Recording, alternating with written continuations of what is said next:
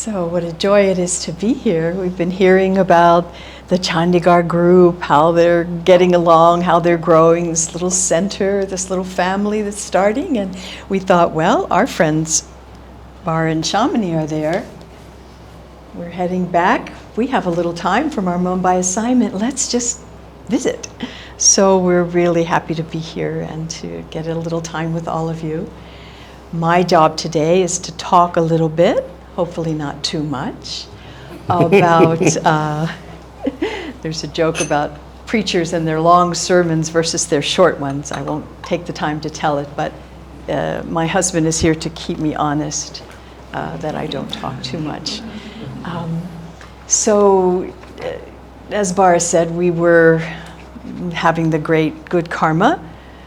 Good karma for us. We always wondered what kind of karma it was for Swami Kriyananda to have us be around him. Every devotee probably feels that way, but it was a great, great blessing to witness a man, not just witness, to be in the vibrations of, to have a vibrational relationship with, to be inspired by, uplifted by, to learn more about divine love and about divine joy by the way he lived his life. And we started with this song, Come Gather Round, because Swami Kriyananda had part of the mission that Yogananda said was so important for this age. Join together in groups, he said. In fact, he said, buy land in the country, live together as much as you can, work together. Encourage each other in your spiritual life. Have satsang together. So the spirit of gathering is a big part of what Yogananda wanted devotees to do. Gather together. Satsang is nothing new. Every faith pretty much says, come together with those of like mind. You'll be stronger. You can share in the joys of awakening. You can help each other when things aren't so easy. The spiritual life, as Yogananda wisely said, is not for weaklings. It's hand-to-hand combat with our ego. I actually really loved being back in North India again. We lived in Delhi for a long time.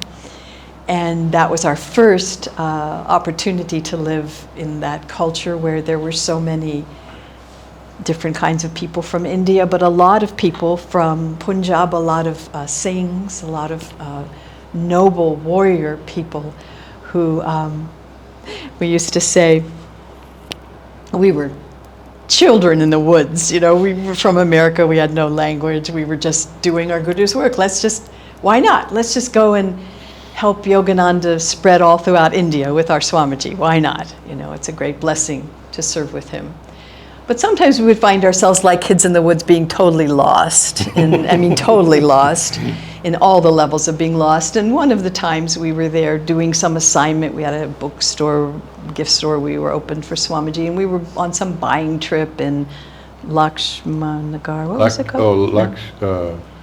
Anyway, one of the shopping areas where the fabrics were. It was a fabric thing. So we were there shopping. That's it. Lakshmanagar, thank you. Yeah, that's what it was, Lakshmanagar. And you guys know Delhi too. Yeah. And we were there, we went out bravely. We will buy the fabric that's needed for this assignment. And there we are. Guru help us, everything looks the same and it's all very densely, confusing to our minds. And so we thought, oh my gosh, how are we going to know where to go, what to do, who to trust? We have no idea. So we looked around and we said, oh, that shop looks kind of neat and tidy. We'll go over there. So we went into the shop, and lo and behold, there was this man behind the counter. Beautiful, princely, like noble man, standing straight-spined with a turban on his head. And we said, we're looking for this kind of fabric. Can you recommend a place? Totally in his spine. He looked at us. He said, try that shop over there. And I knew the way he said it, the way he stood, the way his vibration was, I could totally trust him. So I said, now, Biraj, if we're ever in trouble again, let's look for a Singh. Because, we had this really good example and we had this trust, because, we were foreigners. And Once in a while, people took advantage. We had what we would call, as we went out and about shopping, well, let's see, we'd get back and compare with, well, now we paid this much for this, and they go, white skin tax. You paid up big, white skin tax. So there we were, babes in the woods. But Swami Kriyananda gathered. He gathered us. He gathered people to Northern California to live together in the experiment of a spiritual community, a world brotherhood colony. As Yogananda said, you must go do this.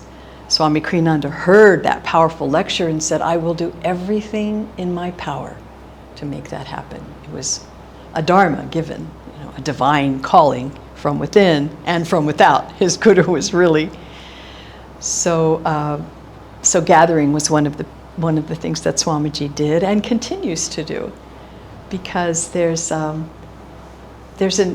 not that difficult to gather people when at the core of it there's this joy that's so magnetic. You remember when I first landed, my first encounter with Ananda was at Ananda village during a big spiritual renewal week when everybody from all around came together. I think, is that when the pilgrimage is going to be, during one of those times? Or? Yeah. Swami's 100 years. Anyway, so that's something in 2026 that you're being encouraged to look toward. I stepped on the land I knew. Something went through me individually, just on my own. And then I met the first person, the second person. I was with a friend who knew everybody, so she was very social. She took me around. Everybody I saw had this joy in their eyes. I mean, like one or two people, you think, well, as Swami used to say, they ate their cornflakes for breakfast. They feel really good today, or they had their poha, or they had their, whatever special thing was happening, and they feel happy. But you see one person, you don't know why, but you see a whole group. I mean, hundreds of people were there, and there was this joy level. Everybody was in. It was very impressive. So I thought, this word Ananda, what does that mean? Divine joy. I didn't know Sanskrit or Hindi or any of this. That makes sense. This place is full of joy. And that made us want to come around and gather together. So maybe we go into the next song. Okay. 1, 2, 1, 2. Lord, may we serve you all our days, ever rejoice to sing your praise, as we together your wisdom seek. Charge us with truth whenever we speak. Join us if you haven't. Lord, may we ever know your will.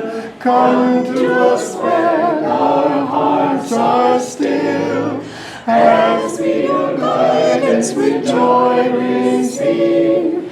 May we as one your bliss achieve. Back to the beginning.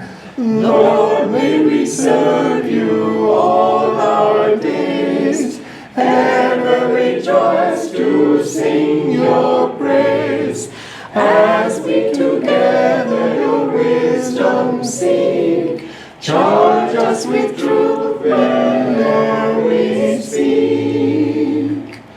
Lord, may we ever know your will. Come to us when our hearts are still, as we your guidance with joy receive.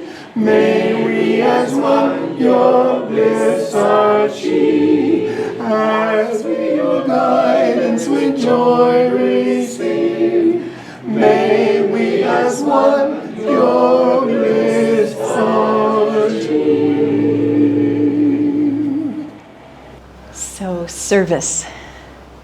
There's a phrase at Ananda that we often were trained by, encouraged in, and then experienced, which is service is joy.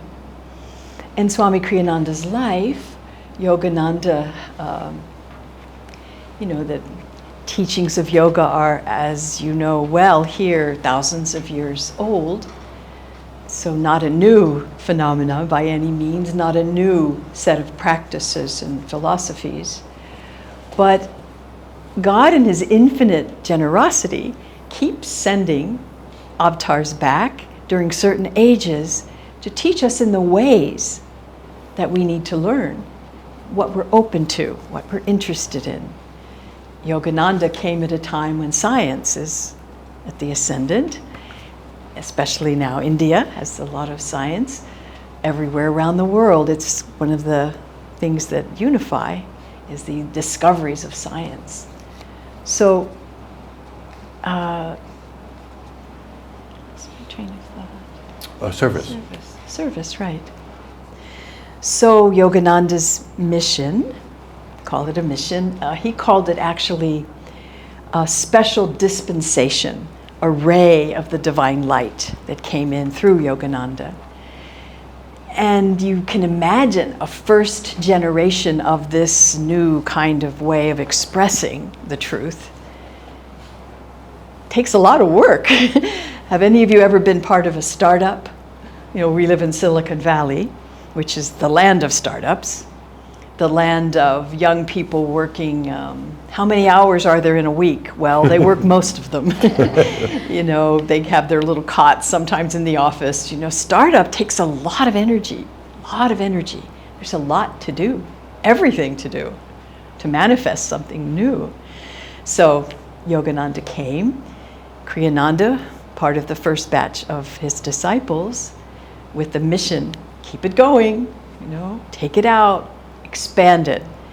And Swami Kriyananda felt that in his heart as he was coming across. He read the autobiography on the East Coast, very educated man, great grades, debate, very brilliant mind, refined family, you know, values, but seeking, not finding what he was looking for, feeling more and more, I need to know the truth. I don't want to hear everybody's opinions at the colleges and things about others. I need to know the truth. So that was his search. So he had this time, parents were away, he read the autobiography of a yogi, stayed up all night, and then further till he finished. He was so moved by the awakening, you just have to call it, awakening of his samskars in that book, that he set his course of life, hopped on the next Greyhound bus in those days, one of the economical ways to travel, for 3 days and 3 nights, just came across the country to where Yogananda was. He wanted to learn from Yogananda, who had awakened him by this book. He said as he read the book, he was alternating between tears of joy, of discovery. You mean there really is a truth and I can really find it? You know, Yogananda says you can, and it's inside, and it's joy, and it's consciousness, and it's not religious dogma and the things he wasn't interested in. He didn't see they were for him. This was for him. So he alternated between tears of joy at that discovery and tears of, the second part, tears of joy, tears of longing, I guess. Anyway, you know, big impact. So he goes across.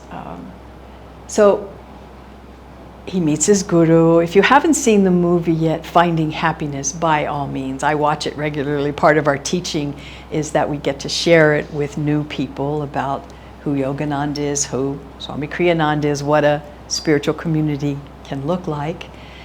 And there's this one part where the man who played Yogananda, an Indian actor, was quite convincing, very Mukherjee? well done. What's his name? The answer. Who? Victor Banerjee. Victor Banerjee, That's right. the name we were looking. Victor Banerjee plays Paramahansa Yogananda very, very well. And there's a point where Swami Kriyananda, the young man who's playing him as a young man, comes in and Swami Kriyananda says, I want to be your disciple. First words out of his mouth. He didn't even know what that meant exactly, except that he'd read the book, and he was so moved.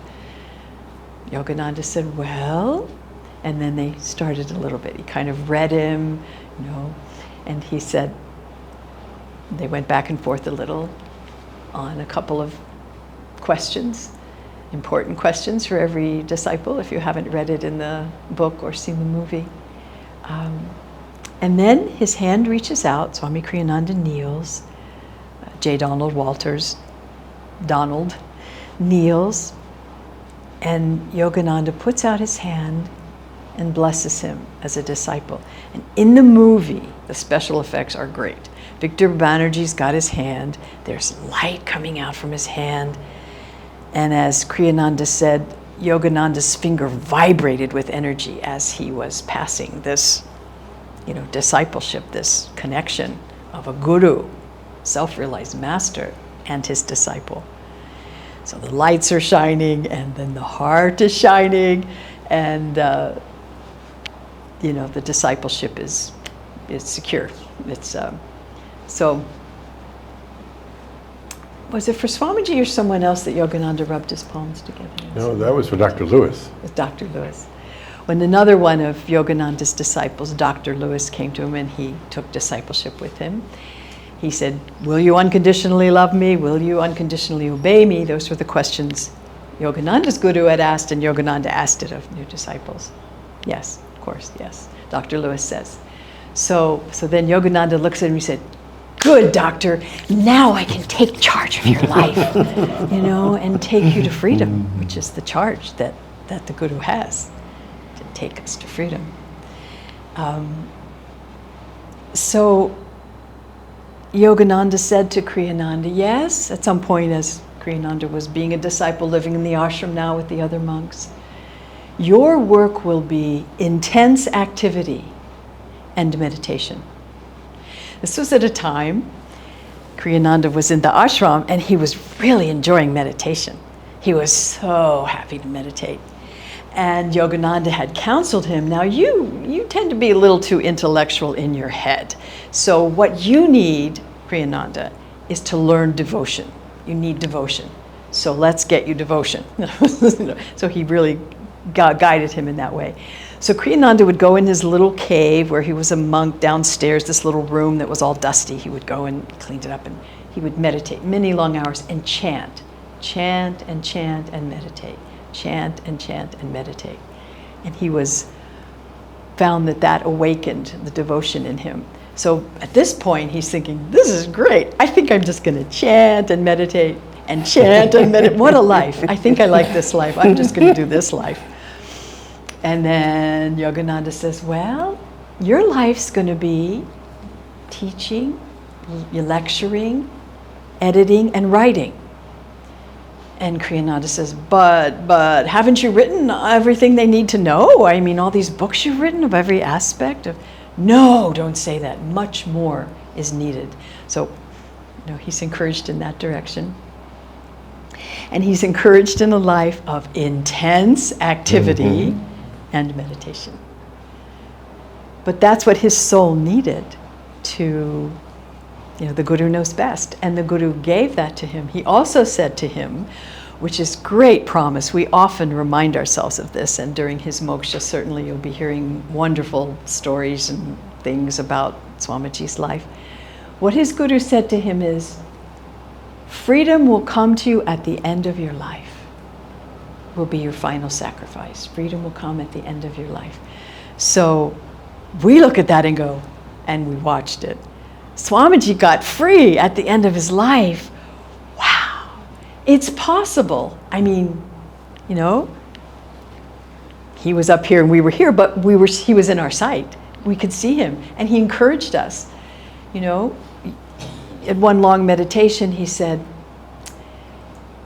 each one of you in this room, make the commitment, you can each become a Jivan Mukta in this life. So high promise, high potential, high opportunity. Lord Most High, our Heavenly Father, all our lives we dedicate to Thee. All our labors, all and woes, all our pleasure, all our melody. Make us each a channel of thy peace. When in darkness, guide us from above. Where there's sorrow, may we show thy joy. Where there's hatred, may we share thy love. Join us on the first verse. Lord Most High, our Heavenly Father, all our lives we dedicate to Thee. All our labors, all our joys and woes, all our pleasure, all our melody. Make us each a channel of thy peace. When in darkness, guide us from above. When there's sorrow, may we sow thy joy. Where there's hatred, may we share thy love.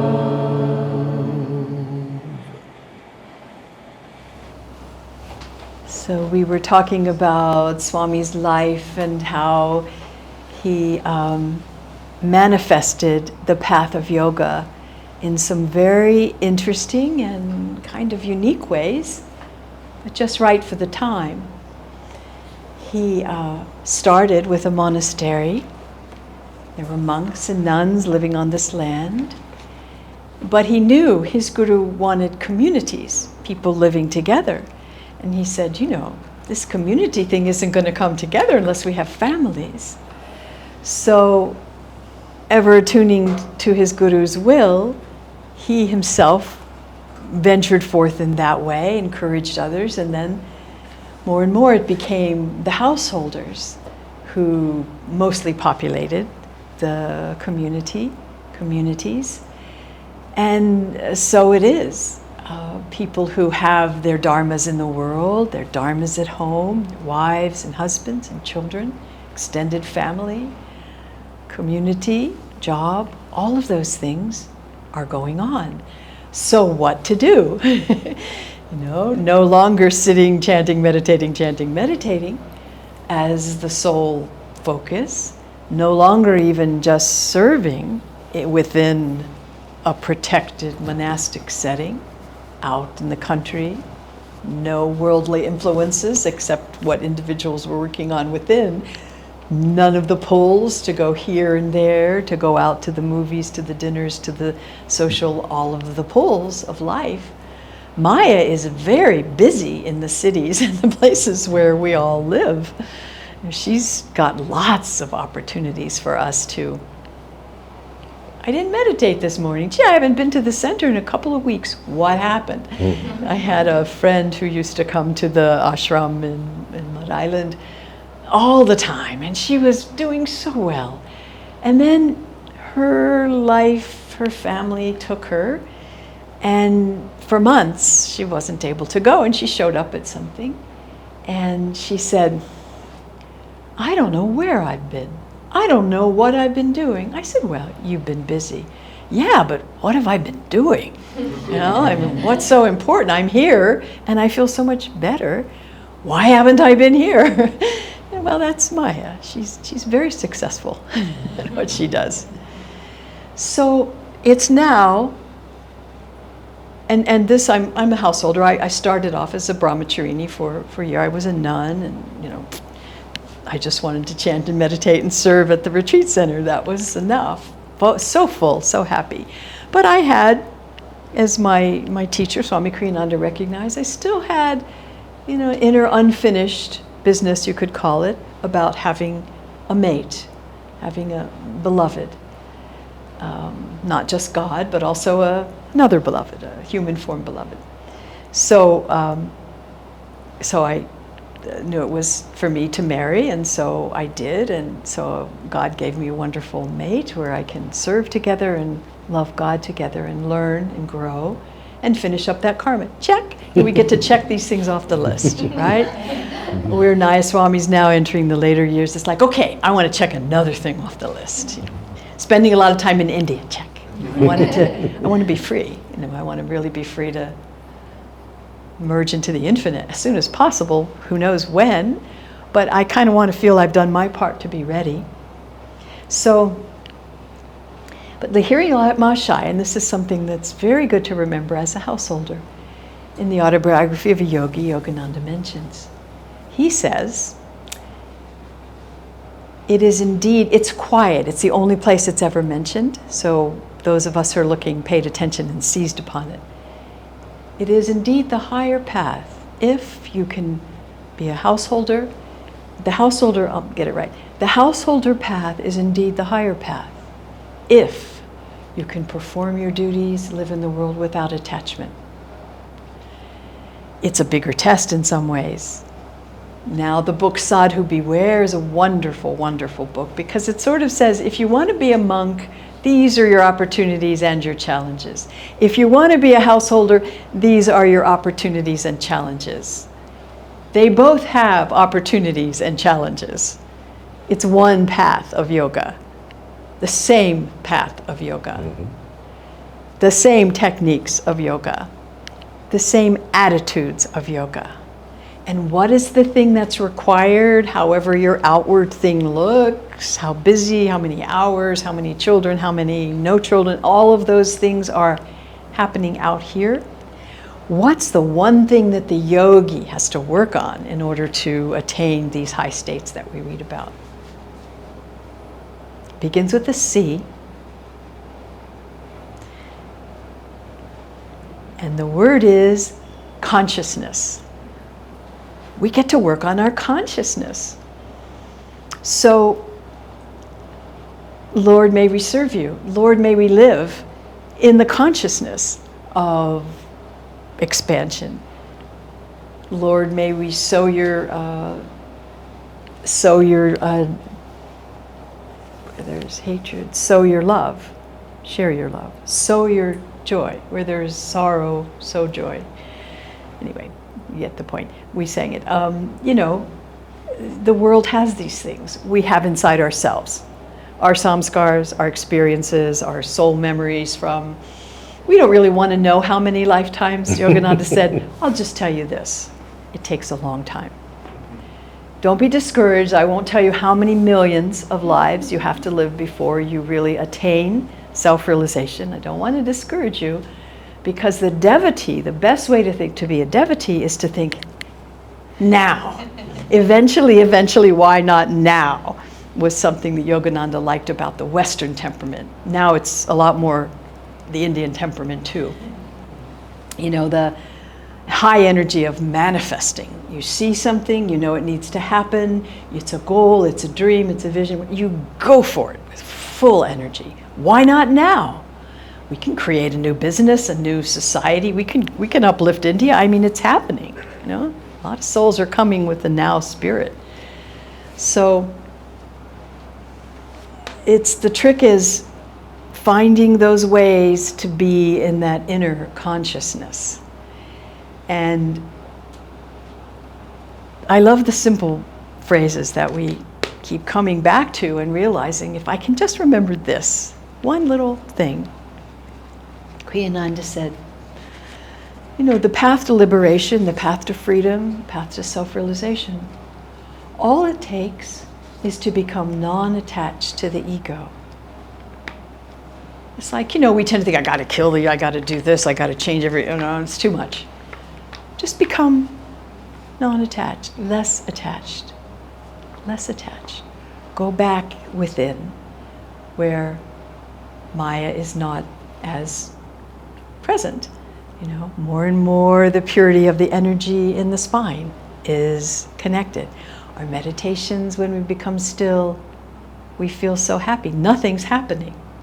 Nobody's there telling us they love us, or no job is giving us raises. Nothing is happening except our consciousness connected with something uplifting and inspiring and fulfilling. Full-hearted contentment, and meditation. That's all we have to do.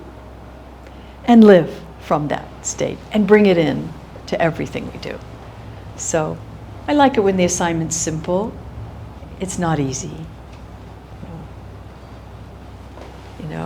Samskars, karmas, other people, But I often liken my own spiritual path, just to go back to the basics. It's just Hong Sa.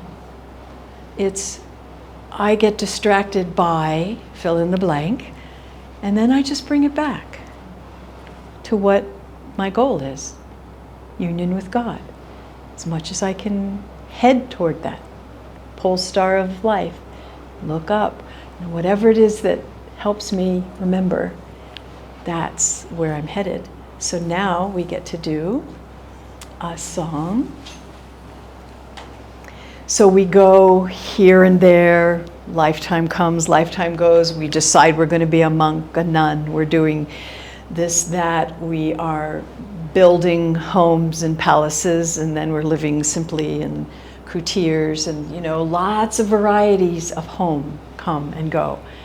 Everybody likes home, because home is the mother loved us first, the food is the best, the family and friends, the warmth is there, the love is there. Everybody wants home, and they miss it if they don't have it. Well, this song talks about the quality, and we're going to sing it. Okay. Home is a green hill, home is a wind, blowing betrayal far, far away. Home is the knowledge heaven is near.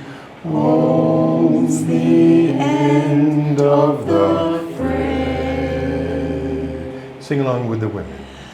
Home is my heart's land, home's where I am. Nothing can dim the light of my soul. Home is forever, home is today. Home's a heart that is whole. Often I dream that life is a play, laughter forever and skies never gray. But when I'm silent, free from all care, I discover my homes everywhere. Back to the first verse. Home is a green hill, home is a wind, blowing betrayal far, far away. Home is the knowledge heaven is near. Home's the end of the fray.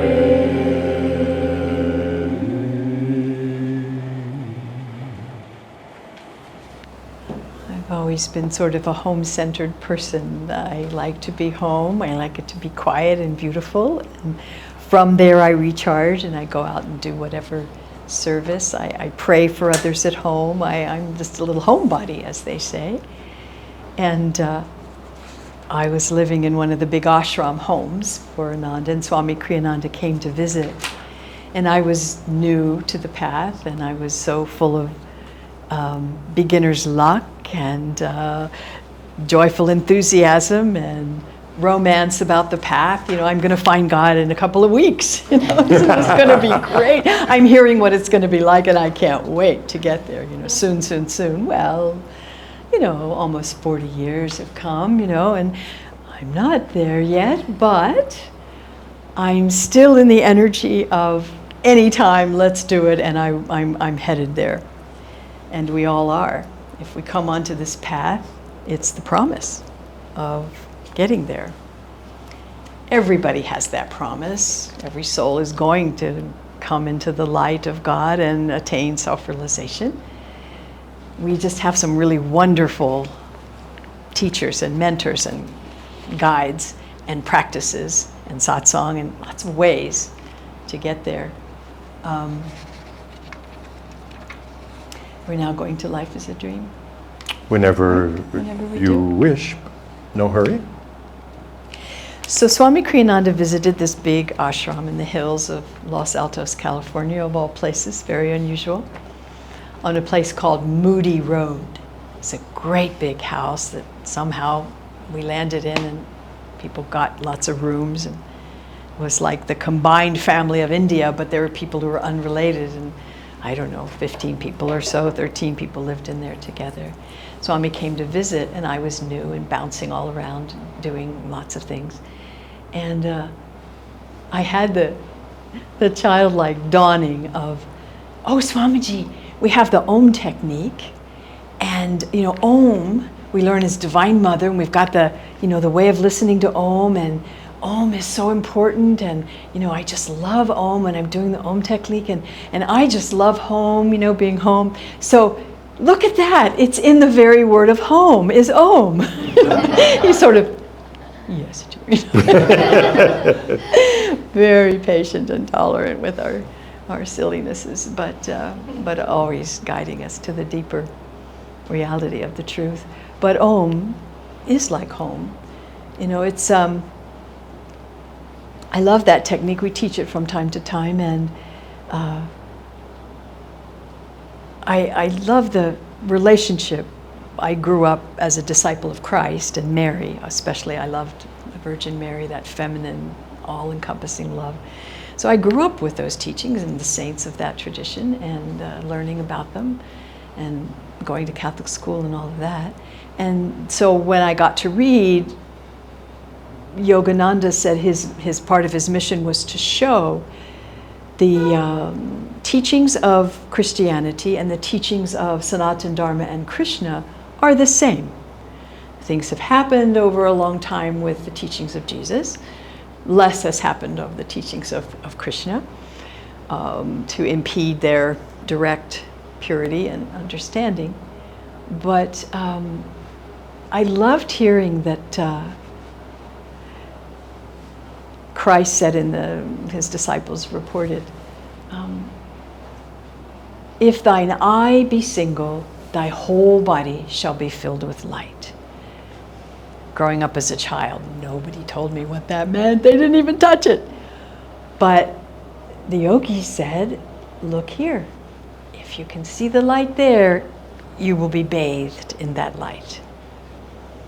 The light is also part of the Divine Mother, and Om is a part of the Divine Mother.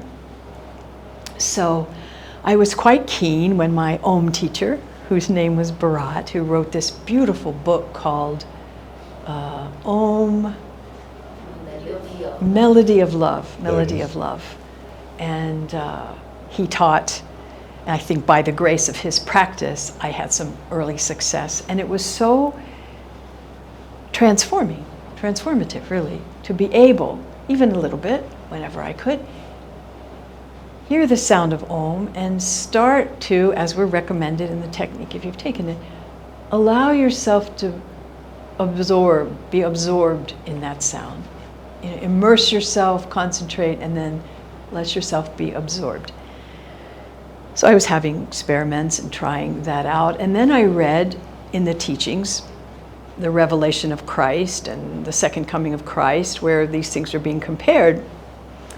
And it says, Christ appeared right after he was crucified. We just had Easter, which is, a great time of victory for the spiritual warrior who climbs the mountain in whatever way it comes and sacrifices their ego in whatever way it comes.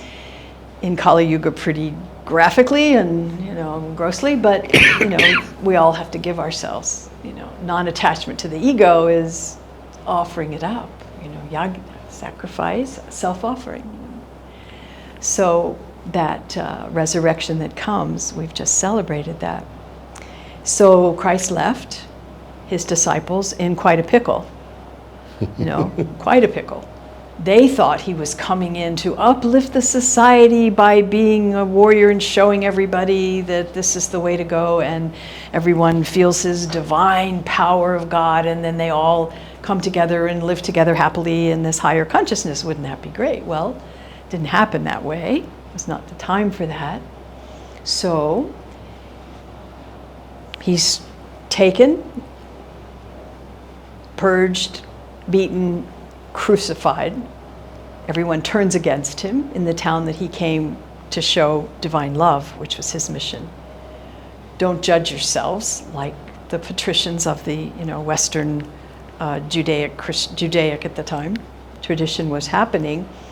Not about getting it right on the mind level or understanding or even having so many rules that you never take a wrong step. It's not what it is. Not about judging.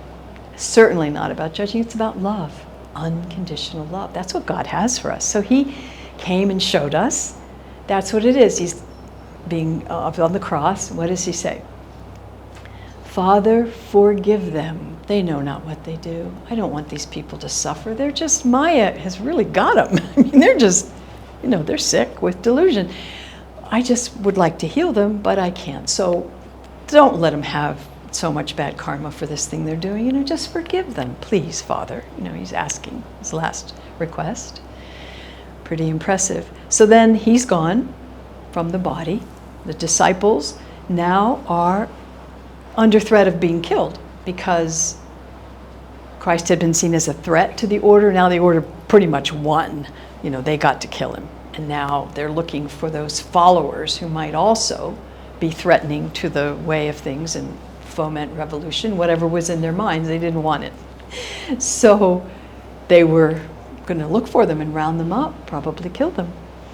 So they were hiding. All the disciples were hiding together. First of all, they just ran separately, and then they got together, though, because they were brothers, and they kind of knew. So they were hiding in this little upstairs place. Couple more minutes. Yeah. And so what happens? Here they are, not knowing what to do, not wanting to go outside. Christ resurrects and then comes back in a body that he recreates, an astral body form, but actually it has physical components. So he brings back another body to be with them. What does he say to them? This has all been leading up to this one line. It took me a long time to get there. But he says, peace be unto you. Just the power of peace. And then, what does he do? He gives them Om, an experience of Om. It's called Pentecost, where the divine, the dove sort of descends, the divine spirit, the Holy Spirit came to these disciples. And it was in the form of Om. And he said, behold, I give you the comforter. Om. Om is home. It's like divine home. Om is divine mother. I give you the comforter. He said, you wonder what to do, how to share what I've given. I told you to share it with other people. You wonder how in the world you're going to do any of this. Don't worry, he said. If you just commune, you just go in, spend time in Om, from that inner connection, you will know what to do in every circumstance. So anyway, home is Om, and now we get to go to Life is a Dream. Okay. Yeah? Yeah. Okay. Life is a dream, time like a stream, carries the burdens away. Never despair, joy is everywhere. Love can befriend you today. Free from all care, like birds on the air, soar above griefs and worries, seek joy and be gay. Follow the ladies on the second verse. Often on earth, things of great worth, worldly ambitions defy. Sometimes a friend helps us ascend from life's cares to the sky. Love is a star shining afar. It can guide us and help us toward light to draw nigh. Love is a star shining afar. It can guide us and help us toward light to draw nigh.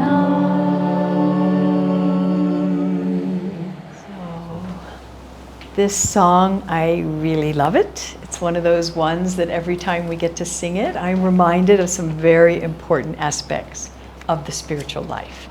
We think it's all real. Everything going on, all the feelings, all the thoughts, all the fears, all the, little individual bundle of self-definitions, which Swamiji called the ego, colorfully. We think it's very, very, very real. Well, the masters say, you know what? That's not really the truest reality. The truest reality is the beam of light coming, creating this dream. It's light and shadow. It's the projection booth in the old-fashioned movie theater. It's digital now, but it used to come from this big projector, and the light would go all the way from the up and back of the room projected on the screen as a projection.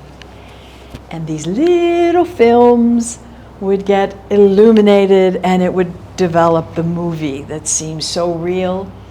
We'd get mad at the villain, we'd want to get him, we'd feel sorry, we'd hope for the beloveds to come together, we'd get involved in the movie. Yogananda said, that's life, it's a movie. Life is a dream. But the key of that song, we used to sing it in choirs, and often when Swami would come to town, wherever we were, Palo Alto or somewhere, he'd sit in the front row. And we would sing this song the way we all learned, full-heartedly, and then at the point where it was, love is a star, though shining afar, it can guide us and help us toward light to draw nigh. And we would, in our hearts, if not everybody in the choir, turning like that to stare at him, that would have been a little impolite and not so nice for him or anybody in the audience. But we would feel, this is a star that's come and looks like it's far away. Yogananda, the masters, may look far away, but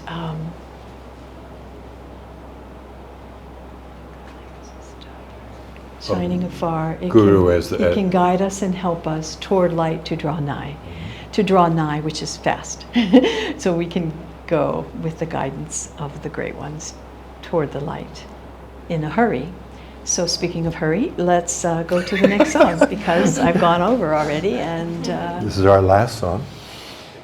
Thy light within us shining, has shone where freedom lies, from earthly walls confining to soaring spirit skies. How oft thy ship with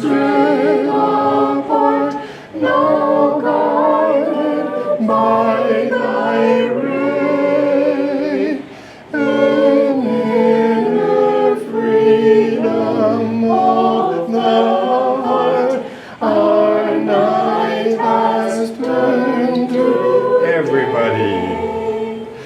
Thy light within us shining, has shown where freedom lies. From earthly walls confining,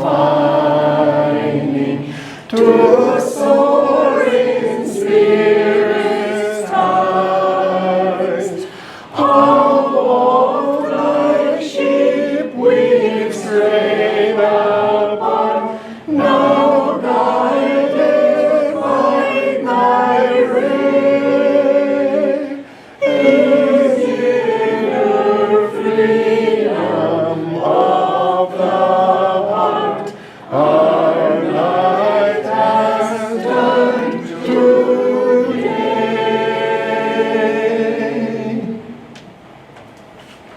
Close this.